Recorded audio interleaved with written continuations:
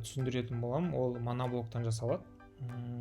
Енді келесі товары, яғни меню қойылатын жерлер. Бұл жерде мінекей сусын категорияларға бөліп қойғанбыз.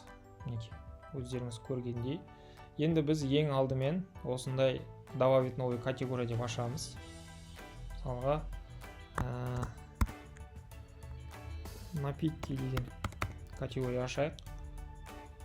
Сохранить деген, мына жерде астында QR менюде көрінсін, көрінбесін деген сияқты ше. Осындай нелері бар. Тілдер таңдауға болады.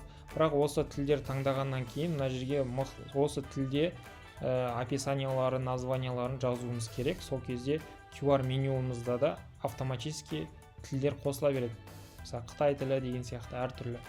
Енді осы категорияны қостық, сохранить деген бастық. Окей. Сохранитті бастық. Енді міне напитки деген категориямызға быстрое добавление продуктов деп қосамыз. Мына жерден напитки деген категорияны таңдаймыз. Кола.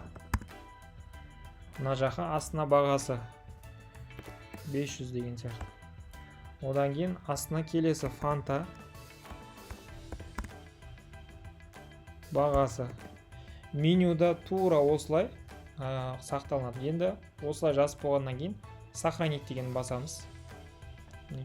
Фанта коламыз келді. Енді мен мына жердегі осы сусын деген сияқты мына жерде тұр ғой. Суреттермен тұр.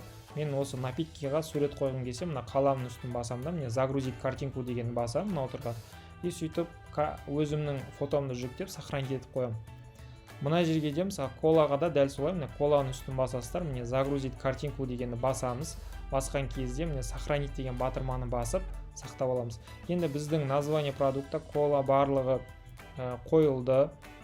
Мына жақта егер коланы мен мысалға складқа кіргізбей-ақ тамақтарымның себестоимостын білемін, осы жерге себестоимостын жазсаңыздар да болады негізінде. Бірақ складтан азайтуын, қосуын барлығын приходтап істеймін десеңіз, ол кезде басқа түрлі жасау жолын көрсететін болам келесі видеода. Бірақ себестоимостын былай жазып сақтап қойсаңыздар болады негізінде.